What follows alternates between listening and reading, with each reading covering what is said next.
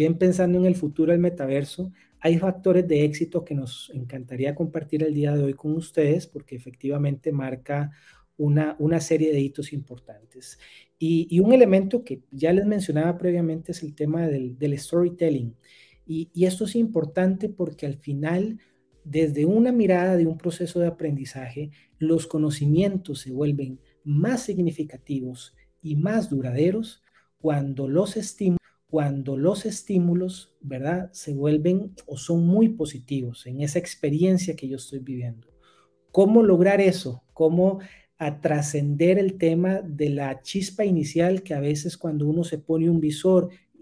principalmente un joven, y hay una chispa, ¿verdad?, de deseo, de ambición, de que te capta la atención por completo, pero que si no logras crear un buen guión,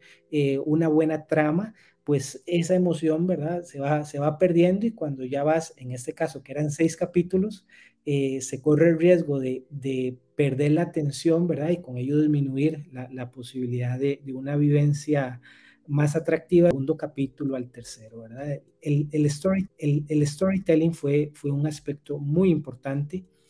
y esto muy ligado al tema del storytelling, a identificar como una lección aprendida el tema de la importancia del diseño del videojuego. A veces se pone mucha atención, mucho énfasis en el desarrollo propiamente del producto, pero se deja de lado la importancia inclusive desde la parte de la ideación, qué es específicamente lo que yo quiero abordar. Y ahí hay un universo de posibilidades. En este caso que hablamos de habilidades, si pensamos en trabajo en equipo, uno podría tocar un montón de aspectos del trabajo en equipo y eso es un proceso que es muy enriquecedor y que aprendimos a partir de esta experiencia de cómo incorporar lo que ahora es muy común, el tema de las metodologías ágiles, ¿verdad? De una forma rápida, de una forma óptima, en la cual con diferentes actores claves uno podía identificar dónde estaba el enfoque apropiado, cuáles eran los elementos que tenían que estar presentes en ese storytelling para luego hacer un primer sketch, validar ese sketch y más allá de un proceso lineal, ¿verdad? Hacer un proceso muy orgánico, mucho de evolución que permitiera efectivamente generar una experiencia que estuviera más cercana a cumplir las expectativas de, en este caso, de jóvenes. Otro aspecto que fue un factor de éxito es el ambiente inmersivo, totalmente, es decir, la calidad gráfica y aquí obviamente está ligado al tema del proceso que cada vez más las computadoras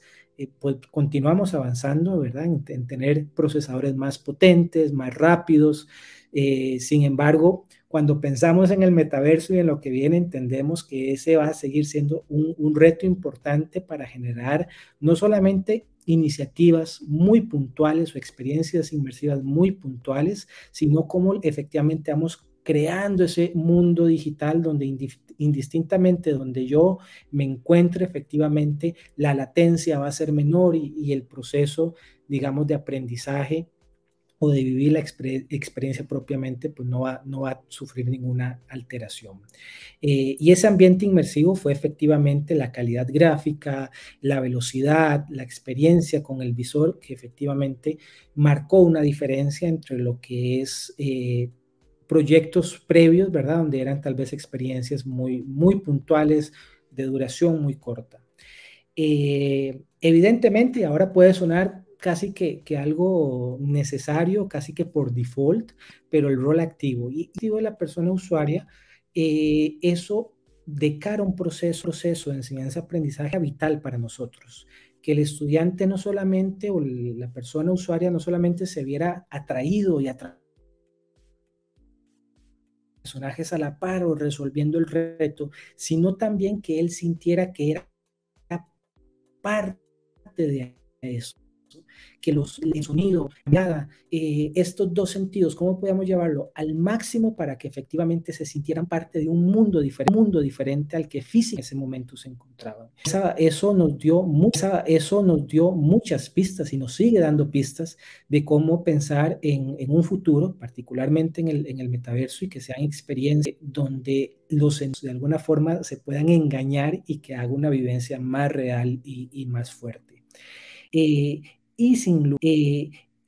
lugar a dudas, un tema de combinación de tecnologías inmersivas